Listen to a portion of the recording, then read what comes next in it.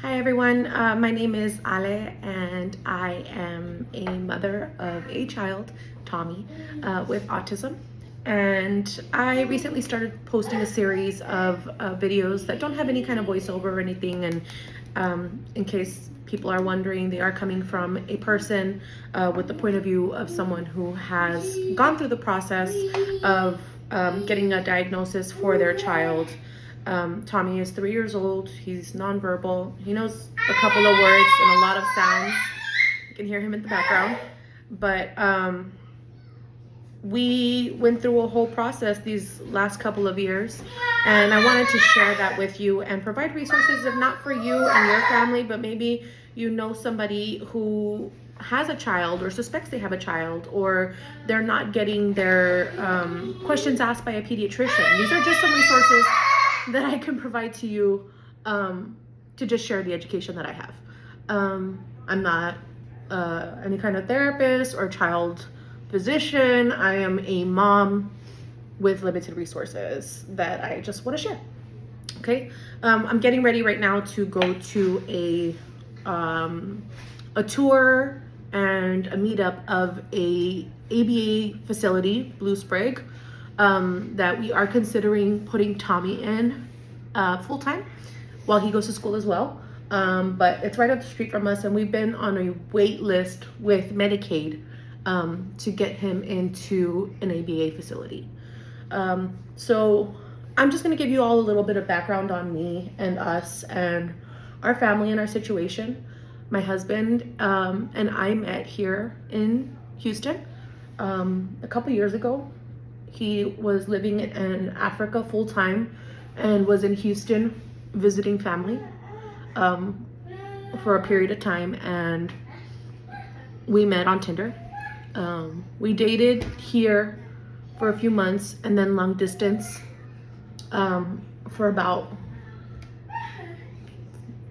like 5 or 6 months.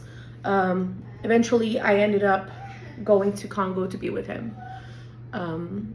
While in Congo, that's Africa, for those of you who don't know. While in Congo, I had a great time and we fell madly in love with each other. And my visa was expiring, so I came back to visit my family and renew my visa, spend some time during the holidays with them. And my sister had just had my nephew, and I just wanted to see my family. Well, shortly after coming back to the States, I come to find out that I'm pregnant. And I'm high risk because I had a lot of technical issues with my uterus. We can get into that in a later time, but at the end of the day, I was pretty much grounded. I couldn't go back to Congo, and I couldn't be with my boyfriend at the time, not my husband yet. So I had to remain in Texas throughout my pregnancy. During my high-risk pregnancy, we experienced a couple complications all the way through until delivery. And at delivery, Tommy was a couple of weeks early, and I had lost my placental fluid. So we went into the delivery, and they actually tried to replenish my fluids. That's a lot. They tried to replenish my fluids. They tried to give me an inducement of labor. It was a whole thing. Eventually, nothing was working, and I wasn't dilating. So I ended up having an emergency C-section. And Tommy was born October 15th. I believe it was like 5 a.m. I can't remember myself because I was high as a kite on all the drugs. My mom knows, though. She was there. But that's how Tommy came to be about. He was only 4 pounds and 7 ounces, I believe. But he was a teeny tiny little guy. He was a little premature, but he wasn't premature to the point where he needed to be in the ICU, luckily, because He was maintaining his temperature. He was breathing fine. He was a healthy little bucko. He was just small because of the my technical difficulties with my uterus. Excuse me. But Tommy started to grow up, and at a couple of months, at about 4 months, he got his passport and we went to Africa. Now, while in Africa, we got him a pediatrician, and we got him started on his injections and everything. Mind you, while we were in Africa, shortly after, about 2 weeks after we arrived, COVID hit and we went into full lockdown. So pediatrician appointments that were supposed to be on time sometimes were slightly delayed. We had to do a few of his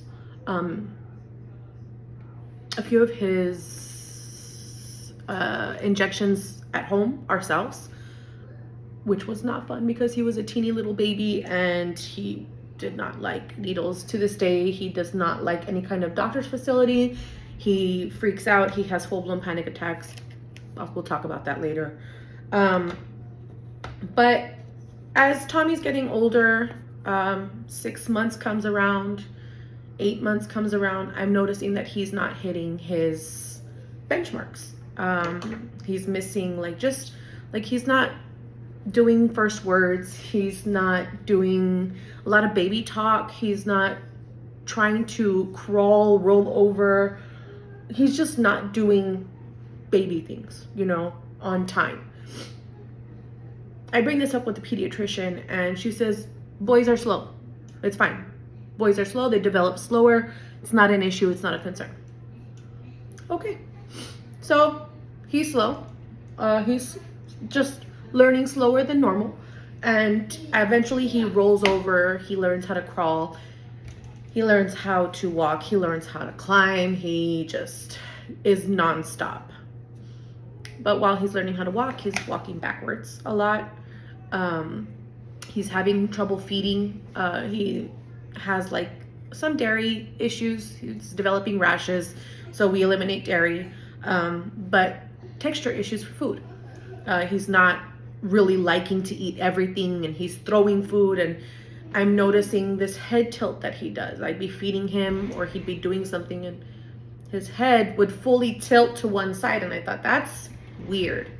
Again, I tell the pediatrician, and again, the pediatrician says, it's fine. He's delayed. He's got food sensitivities. He doesn't like to eat certain things. He's fine. It's okay. Okay, fine. So, we finally get the opportunity to come back to the States after about 1.5 years. So Tommy's already turned 1 year old, okay? And while we're here in the States, we move to Houston and we get him a pediatrician. Right off the bat, most important thing, get him a pediatrician.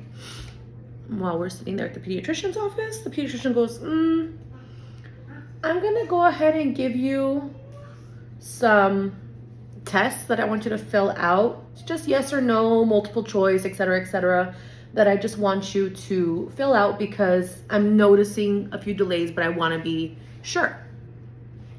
Okay, fine. Questions like, does your child walk on his tippy toes? Yes. Does your child have food sensitivities, texture sensitivities? Yes. Does your child not talk? Yes. Tommy's already 1.5 years at this point, okay? He's not talking. He's doing baby babble. He says mama, dada, but it's not me, mama. It's not him, dada. It's just words. He's not feeding himself. I have to feed him. I have to force feed him. It's a thing. So we go through this whole thing. And the results immediately, she's like, we need to get him tested for autism immediately. So we do. She gives me a stack of papers about 4 sheets thick, front to back, and it's nothing but specialists. We're Medicaid, okay? So she's like, you have to call all these different places and see if you can get him in and tested for autism or developmental delays, etc., etc. But first on the list is get him in with ECI. So we go through Department of Health through Texas, and we do a phone interview for ECI. And ECI is early childhood intervention, which they usually start at, I believe it's from like 8 months, if not younger, through 3 years of age. And this is for children who are showing signs of developmental delays. They have speech delays, they have occupational delays, they have motor skill delays, they have, just general things that they cannot do for themselves that they need help learning. Mind you, it's still COVID, okay? So we get approved for physical therapy, occupational therapy, and speech therapy. Because these amazing therapists are in high demand, they can't do home visits because it just puts everybody at risk of getting sick with COVID. So we start ECI virtually via telehealth. Now, here's my issue. Telehealth, while it's great for some people, it's not great for others. With ECI, you're limited to the amount of therapy that you can have. So Tommy was doing 2 hours physical therapy a month, 2 hours OT a month, 2 hours speech therapy a month. That's only 6 hours a month. So we'd have 1 hour sessions twice a month for each of these different things, right? And in that 1 hour, you're chasing a child around to keep him in front of the camera, trying to get him to cooperate into doing things that you're required to do during these therapy sessions. It's not easy. So we made some progress. I feel like I've done a pretty good job as a stay-at-home mom, and my husband's done an amazing job being a full-time working parent, bringing him up to speed and just getting him to learn things. He loves music. He loves nursery rhymes. He loves clapping and dancing in his little offbeat way.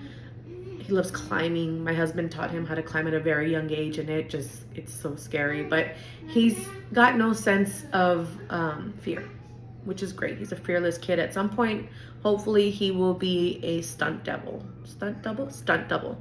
But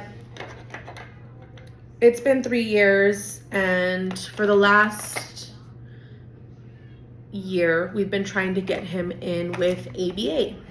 Now, for those of you who are against ABA therapy, that's great. I understand that there are some concerns with ABA therapy. I've done my own research, and I have the right as a parent to give my child all the resources they need to be a full functioning person in their own capacity. I know that it's not going to cure him, and I know that he is not curable because he is not a broken person. But I do want him to learn a sense of independence more so than what he already has, okay? So for those of you who are against it, that's great. Keep it to yourself. I don't care. If at some point I'm uncomfortable with it, I will unenroll him. Moving on. So because Medicaid did not want to pay the high rates of ABA therapy, which of course it's their right to charge as much as they do for therapy, because they do a lot, and these therapists are qualified to handle children with special needs, and sometimes these special need children have violent outbursts, and sometimes they do bite, and sometimes they do fight, and sometimes they're much stronger than you can imagine. So if they charge $100 an hour per therapy session, then that is their prerogative, okay? Now, as for Medicaid didn't want to pay out these rates. So they have just started to join the program of covering ABA, but there was a wait list. So for the last year, we have been on a wait list to get approved at one of the over 40 ABA facilities in the Houston area. and we're now finally getting into the process of getting him started in ABA, hopefully ASAP. His ECI has already finished, and he does go to school from 11:45 to 3 p.m.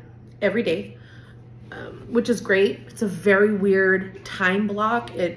This is why I don't work at the moment, because most places, or the place that I was working before, I would go in at about 7:30 and get out half day at 12 o'clock, and Tommy would come with me every once in a while because he wasn't in daycare at the time. But now that he's in school, going to school at 11:45 is a bit of an inconvenience, and it keeps me away from being able to do things. So I am stay at home right now.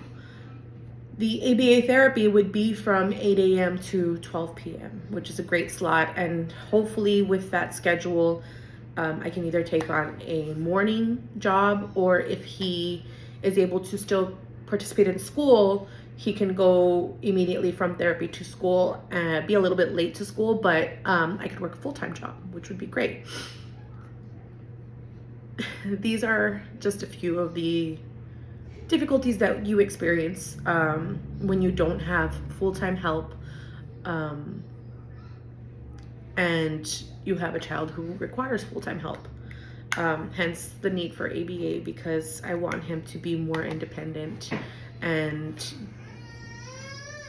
okay, sorry about that. We had a little head bump moment, but it's also snack time, so it gave me a minute to give him his snacks. I don't have much time left. I'm gonna try and do these videos regularly, and just keep you all updated in what we're doing and how life is going. I feel like it's important to have an understanding of parents who take care of their children full-time, children that do have special needs, who do have developmental delays, who don't have speech abilities to vocalize what they want, and just be fully expressive. It's really difficult, and sometimes we sit there and we're out in public and he throws food, and sometimes he throws toys, and sometimes he has a meltdown for no reason whatsoever. He has a reason, but he just can't vocalize it to us, and it does become heartbreaking because you just don't know what your kid wants. But at the end of the day, we're people and we need to be understood. So that's what this video series is for. Resources, emotional support, a sense of kinship, if you will.